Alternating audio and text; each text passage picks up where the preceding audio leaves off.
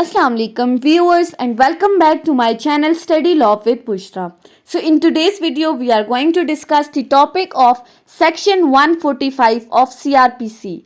But before starting the discussion, I request you all to please subscribe to my channel and don't forget to press the bell icon for latest updates.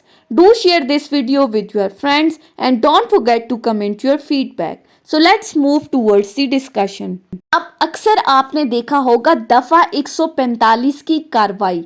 अब ये दफा 145 की कार्रवाई क्या है कि जब कभी भी कोई भी डिस्प्यूट अराइज होता है किसी भी जमीन से रिलेटेड या उस जमीन से रिलेटेड किसी पानी के ऊपर किसी किस्म का कोई तनाज़ा आता है और वो तनाज़ा भी इस किस्म का है कि उस लैंड या उस पानी के कब्जे से मुतालिक दो पार्टीज के दरमियान कोई डिस्प्यूट अराइज हो रहा है और वो डिस्प्यूट भी इस तरह का है कि उस डिस्प्यूट से नक्शे अमन का खतरा है यानी कि ब्रीच ऑफ पीस होने का रिस्क है, तो ऐसी सूरत में दफा 145 की कार्रवाई को अडॉप्ट किया जाता है। अब दो पार्टीज हैं और उन दो पार्टीज में से दोनों आकर ये कह देते हैं कि फलां लैंड पर फलां लैंड के साथ जो वाटर है, जो ट्यूब वेल्स हैं, जो वेल्स हैं, उनके ऊपर हमारा कब्जा है। एक पार्टी अपनी पोजीशन शो कर रही है, दूसरी पार्टी अपनी पोजीशन शो कर रही है। इन दोनों के दरमियान झगड़ा अराइज हो गया इस लैंड से रिलेटेड और वो झगड़ा भी इस किस्म का कि दोनों के दरमियान हाथापाई शुरू हो गई, जिसको देखकर ये लगा कि इससे तो ब्रीच ऑफ पीस का खतरा है, तो फिर ये सेक्शन 145 की प्रोसीडिंग्स को अडॉप्ट किया जाता है। सो सेक्शन 145 का टाइटल क्या कहता है? Procedure where dispute concerning land etcetera is likely to cause the breach of peace. कि जहां पर डिस्प्यूट है लैंड से रिलेटेड और वो इस तरह का है कि उससे ब्रीच ऑफ पीस का खतरा है, तो फिर क्या प्रोसीजर अडॉप्ट किया जाता है? सो क्लॉज 1 कहती है whenever a magistrate of first class is satisfied from a police report or other information, जब कभी भी मैजिस्ट्रेट फर्स्ट क्लास को किसी पुलिस रिपोर्ट के थ्रू, अब क्या हुआ, दो पार्टीज के दरमियान झगड़ा हुआ, उनमें से एक ने जाकर थाने में रिपोर्ट लिखवा दी। अब वो जो पुलिस रिपोर्ट जब मैजिस्ट्रेट के सामने पेश की गई और इस पुलिस रिपोर्ट को देखते हुए मैजिस्ट्रेट सेटिस्फाइड है, या तो पुलिस रिपोर्ट या किसी भी जराए से उसको कोई इंफॉर्मेशन मिलती है कि that a dispute is likely to cause a breach of peace exist concerning any land or water within the local limits of his jurisdiction, कि उसकी जुरिस्डिक्शन के अंदर किसी ज़मीन या किसी ज़मीन से रिलेटेड पानी के ऊपर कोई तनाज़ा है और उस तनाज़े से नक्शे अमन का ख़तरा है, ब्रीच ऑफ पीस कमिट होने वाला है, कुछ होने वाला है पार्टीज़ के दरमियान, तो फिर वो क्या करेगा? He shall make an order in writing, वो एक रिटन ऑर्डर पास करेगा। याद रखना है कि ये जो ऑर्डर मैजिस्ट्रेट पास करता है ये हमेशा रिटन ऑर्डर होता है। उस ऑर्डर के अंदर वो क्या चीज मेंशन करेगा? Number 1, stating the grounds of his being so satisfied, वो ग्राउंड्स बताएगा जिनके जरिए उसकी सेटिस्फेक्शन हुई है, उसको लगा है कि हाँ वाकई कहीं पर ब्रीच ऑफ पीस का खतरा है। Number 2, requiring the parties concerned in such dispute to attend his court in person or by pleader, वो पार्टीज को बुलाएगा कि वो कोर्ट के अंदर अपीयर हो, आया पर्सनली आते हैं या अपने प्लीडर के थ्रू अपीयर हो रहे हैं। Number 3, within a time to be fixed by such magistrate, और उस टाइम के ऊपर जो उस मैजिस्ट्रेट ने फिक्स किया है वो फिक्स टाइम अपने ऑर्डर में मेंशन कर देगा। And number 4, to put in written statement of their respective claims as respect the fact of actual possession of subject of dispute, साथ ही साथ मैजिस्ट्रेट इन पार्टीज को ये कहेगा कि वो अपनी एक रिटन स्टेटमेंट सबमिट करें जिसके अंदर वो ये चीज मेंशन करें कि इस डिस्प्यूटेड प्रॉपर्टी के ऊपर एक्चुअल पोजेशन किस बंदे का है, कि जो वो क्लेम कर रहे हैं पोजेशन का, वो एक्चुअल पोजेशन किस बंदे का है। अब मैजिस्ट्रेट ने ये रिटन ऑर्डर पास कर दिया, उसके बाद क्या है? क्लॉज 2 कहती है for the purpose of this section the expression land और वाटर इंक्लूड। अब हमने जो बात की कि जमीन का तनाज़ा है या जमीन से रिलेटेड किसी पानी का तनाज़ा है, अब इस जमीन और पानी में क्या क्या चीजें इंक्लूड है, तो ये सब क्लॉज 2 कहती है इट इंक्लूड्स बिल्डिंग्स, किसी भी किस्म की कोई इमारत, मार्केट्स, कोई दुकानें वगैरह हैं, फिशरीज, क्रॉप्स और अदर प्रोड्यूस ऑफ लैंड्स, कोई फसलें वगैरह है या कोई भी प्रोडक्शन हो रही है जो उस लैंड के ऊपर, एंड द रेंट और profit of any such property, या उस प्रॉपर्टी से मिलने वाला कोई भी मुनाफा या जो भी किराया वसूल कर रहे हैं वो इस लैंड और वाटर में इंक्लूडेड है इस सेक्शन की हद तक। अब फर्दर क्या हुआ, अब मैजिस्ट्रेट ने ये रिटन ऑर्डर पास कर दिया। अब ये रिटन ऑर्डर उन पार्टीज तक कैसे पहुंचेगा? सो क्लॉज 3 कहती है a copy of the order shall be served in a manner provided by this court for the services of the summon upon such person or persons as the magistrate may direct। अब उन parties तक ये order बिल्कुल उसी तरीकाकार से पहुंचाया जाएगा जिस तरह से सीआरपीसी के अंदर समन का तरीकाकार बताया गया है, यानी कि ये रिटन ऑर्डर थ्रू समन उन पार्टीज तक पहुंचा दिया जाएगा। And at least one copy shall be published by being affixed to some conspicuous place at or near the subject of dispute। और इस रिटन ऑर्डर की एक कॉपी उस डिस्प्यूटेड प्रॉपर्टी के करीब किसी भी नुमाया जगह पर चिपसा कर दी जाएगी ताकि जिन पार्टीज के मुतालिक वो नोटिस भेजा गया है उन पार्टीज के को ये पता चल जाए कि कोर्ट ने उनके खिलाफ एक रिटन ऑर्डर पास किया है कि वो कोर्ट के अंदर अपीयर हो regarding the dispute of the such land. फिर क्लॉज 4 क्या कहती है? इंक्वायरी एज टू पोजेशन, कब्जे से मुतालिक इंक्वायरी की बात की जा रही है। अब क्या हुआ? The magistrate shall then, without reference to the merits or claims of any of such property to the right to possess the subject of dispute, pursue the statement so put in here the parties। अब जब magistrate ने order भेज दिया, parties को order मिल गया, parties court के अंदर appear हो गई, तो फिर ये मैजिस्ट्रेट क्या करेगा? नंबर 1, उन पार्टीज को सुनेगा, receive all such evidence is may be produced by them respectively. वो एविडेंस जो वो पार्टीज कोर्ट के अंदर प्रोड्यूस करेंगी, मैजिस्ट्रेट उन एविडेंसेस को रिसीव करेगा, उनको देखेगा। Consider the effect of such evidence, और ये देखेगा कि ये एविडेंस किस हद तक मुतासिर कुन है। And if possible take such further evidence if any as he thinks necessary, और अगर उसको लगता है कि मजीद एविडेंस की जरूरत है तो वो उनसे मजीद एविडेंस भी मांग सकता है। And if possible decide whether any and which of the parties was at the date of order before mentioned in such possession of the said subject। और अगर मुमकिन हुआ तो वो ये भी डिसाइड करेगा कि उसके इस रिटन ऑर्डर को पास करने से पहले कौन सी पार्टी थी जिसका इस लैंड के ऊपर पोजेशन था, यानी कि इस प्रॉपर्टी का कब्जा किस पार्टी के ऊपर था। फिर इसके साथ एक प्रोवाइजो ऐड की गई है और वो क्या कहती है? If it appears to the magistrate that any party has within 2 months next before the date of such order has been wrongfully and forcibly dispossessed, he may treat the party so dispossessed as if he had been in possession at such date। अगर तो magistrate को लगता है कि उसके इस written order pass करने के 2 महीने पहले किसी बंदे को उस प्रॉपर्टी से रॉन्गफुली गैर कानूनी तौर पर जबरदस्ती उसको डिस्पोजेस किया गया है, तो मैजिस्ट्रेट क्या करेगा? फिर उस पार्टी को बिल्कुल उसी तरह से ट्रीट करेगा जैसे उस पार्टी का इस रिटन ऑर्डर से पहले कब्जा था उस प्रॉपर्टी के ऊपर। मेन बात क्या है यहाँ पर कि उस बंदे को जो रॉन्गफुली और फोर्सेबली डिस्पोजेस किया गया है उसके लिए रिटन ऑर्डर के 2 महीने का टाइम पीरियड पूरा होना बहुत ज़रूरी है, यानी कि मैजिस्ट्रेट के रिटन ऑर्डर पास करने के 2 महीने पहले उसको उसकी प्रॉपर्टी से डिस्पोजेस किया हो, तब सेक्शन 145 का इस्तिगासा होगा।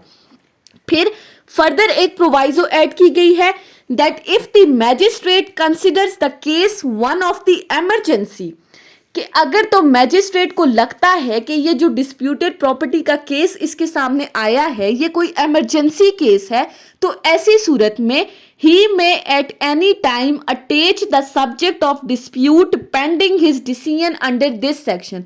तो वो क्या कर सकता है? उस डिस्प्यूटेड प्रॉपर्टी को अटैच कर सकता है उस वक्त तक जब तक इस केस का प्रॉपर फाइनल फैसला वो नहीं सुना देता। फिर सब क्लॉज 5 क्या कहती है? Nothing in this section shall preclude any party so required to attend or any person interested from showing that no such dispute as aforesaid exists or has existed.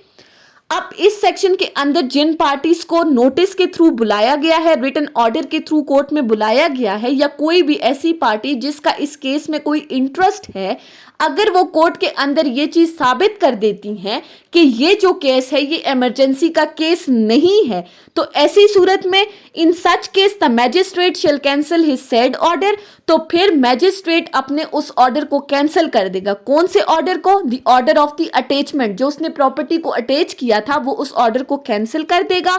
All the other proceedings shall be stayed, बाकी proceedings को stay कर दिया जाएगा। But subject to such cancellation the order of magistrate under subsection 1 shall be final। लेकिन इस cancellation order से मतलब ये नहीं है कि मैजिस्ट्रेट ने जो सबसेक्शन 1 के अंडर रिटन ऑर्डर पास किया है वो भी कैंसिल हो जाएगा। सिर्फ और सिर्फ अटैचमेंट वाला ऑर्डर कैंसिल होगा। जो मैजिस्ट्रेट ने फर्स्ट क्लॉज के अंदर रिटन ऑर्डर पास किया था वो फुल एंड फाइनल रहेगा। फिर सब क्लॉज 6 कहती है party in possession to retain possession until legally evicted, कि जब तक किसी बंदे को कानूनी तौर पर उसकी प्रॉपर्टी से नहीं निकाला जाता उस वक्त तक पोजेशन उसी पार्टी के पास रहेगी। If the magistrate decide that one of the parties was or should under the first proviso to subsection 4 be treated as being in such possession of the said subject, अगर तो magistrate ये decide करता है कि कोई party sub section 4 की proviso के according उसको एज प्रॉपर्टी की पोजेशन उसके पास है, उसको इस तरह से ट्रीट किया जाएगा, तो ऐसी सूरत में he shall issue an order declaring such party to be entitled to possession thereof until evicted in the due course of law। तो वो मैजिस्ट्रेट एक ऑर्डर इशू करेगा और उस ऑर्डर में ये चीज डिक्लेयर करेगा कि इस पार्टी का इस प्रॉपर्टी के ऊपर उस वक्त तक कब्जा रहेगा जब तक कि कानूनी तौर पर उसको इस प्रॉपर्टी से नहीं निकाला गया, and forbidding all the disturbance of such possession until such eviction, और उस हद तक वो उस प्रॉपर्टी की पोजेशन के ऊपर किसी भी किस्म की कोई भी रुकावट नहीं डालने देगा, यानी कि जितनी भी रुकावटें होंगी उनको हटाने का ऑर्डर पास करेगा। And when he proceed under the first proviso to subsection 4 may restore to the possession the party forcibly and wrongfully dispossess, और जिस पार्टी को सबसेक्शन 4 के अंदर रॉन्गफुली डिस्पोजेस किया गया था उस पार्टी को वो पोजेशन वापस कर दी जाएगी, वो रिस्टोर कर दी जाएगी। फिर सबसेक्शन 7 क्या कहती है? When any party to any such proceedings dies, अब जो दो पार्टीज थी इस प्रोसीडिंग्स के अंदर उनमें से किसी एक की डेथ हो जाती है तो फिर केस कैसे चलेगा? The magistrate may cause the legal representative of deceased party to be made a party to the proceedings and shall thereupon continue the inquiry. तो फिर मैजिस्ट्रेट क्या कर सकता है? वो उस पार्टीज के लीगल रिप्रेजेंटेटिव को कोर्ट में बुलाएगा और उनको कहेगा कि अब आपने इस केस में एज पार्टी अपीयर होना है, लेकिन if any question arises as to who is the legal representative of deceased party for the purpose of such proceedings, अगर यही चीज कंफर्म नहीं है कि इस डिसीज्ड पर्सन का लीगल रिप्रेजेंटेटिव कौन है, तो फिर all the persons claiming to be the representative of deceased party shall be made parties thereto। तो जितने भी लोग ये क्लेम कर रहे हैं कि वो इस डिसीज्ड पर्सन के लीगल रिप्रेजेंटेटिव हैं उन तमाम लोगों को इस केस के अंदर एज पार्टी बनाया जाएगा। फिर सब सेक्शन 8 क्या कहता है? If the magistrate is of the opinion that any crop or other produce of the property the subject of dispute in a proceeding under this section pending before him is subject to speedy and natural decay। अगर तो magistrate को ये लगता है कि जो disputed property है उसके ऊपर जितनी भी क्रॉप्स हैं, फसलें हैं, उनके खराब होने का अंदेशा है किसी भी वजह से, कोई भी नेचुरल डिके की वजह से, तो ऐसी सूरत में मैजिस्ट्रेट क्या कर सकता है? He may make an order for the proper custody or sale of such property। तो वो एक ऑर्डर पास कर सकता है कि इस क्रॉप्स को प्रॉपर कस्टडी में रखा जाए, या फिर इन केस अगर ये जल्द खराब होने वाली हैं तो इसको सेल कर दिया जाए। And upon the completion of inquiry, और जब मैजिस्ट्रेट की इस लैंड से मुतालिक इंक्वायरी कंप्लीट हो जाएगी तो फिर he shall make an order for disposal of such property और the sale proceeds thereof as he thinks fit. तो फिर इंक्वायरी कंप्लीट होने के बाद वो एक ऑर्डर पास करेगा और उस ऑर्डर में वो ये लिखेगा कि इसको प्रॉपर कस्टडी से निकाला जाए या अगर इसको सेल कर दिया है तो सेल करने के बाद जो मनी वसूल हुई है वो मैजिस्ट्रेट ने डिसाइड करनी है कि वो पैसा किस पार्टी को जाएगा। फिर उसके बाद है सब सेक्शन 9। सब सेक्शन 9 क्या कहता है? The magistrate may if he thinks fit at any stage of proceedings under this section on application of either party issue a summon to any witness directing him to attend और to produce any document और thing. अगर तो इस case के दौरान कोई party court को ये एप्लीकेशन देती है कि वो इस केस के अंदर कोई गवाह को पेश करना चाहते हैं तो मैजिस्ट्रेट उन पार्टीज की एप्लीकेशन के ऊपर उन तमाम विटनेसेस को समन इशू करेगा कि वो कोर्ट के अंदर अपीयर हों और कोर्ट के अंदर अपीयर होने के साथ अगर वो किसी किस्म का कोई डॉक्यूमेंट या कोई भी चीज़ प्रोड्यूस करना चाहते हैं तो वो कोर्ट के अंदर प्रोड्यूस कर सकते हैं। मैजिस्ट्रेट पार्टीज को अलाउ करेगा उनकी एप्लीकेशन के बाद। उसके बाद आ जाते हैं सब सेक्शन 10 के ऊपर। सब सेक्शन 10 कहता है nothing in this section shall be deem to be in derogation of the powers of magistrate to proceed under section 107। अब सेक्शन 107 अगर आपको याद हो तो हमने पढ़ा था कि अगर कहीं पर ब्रीच ऑफ पीस का खतरा है तो मैजिस्ट्रेट उन बंदों से श्योरिटी बॉन्ड्स ले सकती है। ये सेक्शन की क्लॉज कहती है कि अगर इस सेक्शन के अंदर मैजिस्ट्रेट अपनी सेक्शन 107 की पावर्स को यूज करना चाहे तो वो गलत नहीं होगा।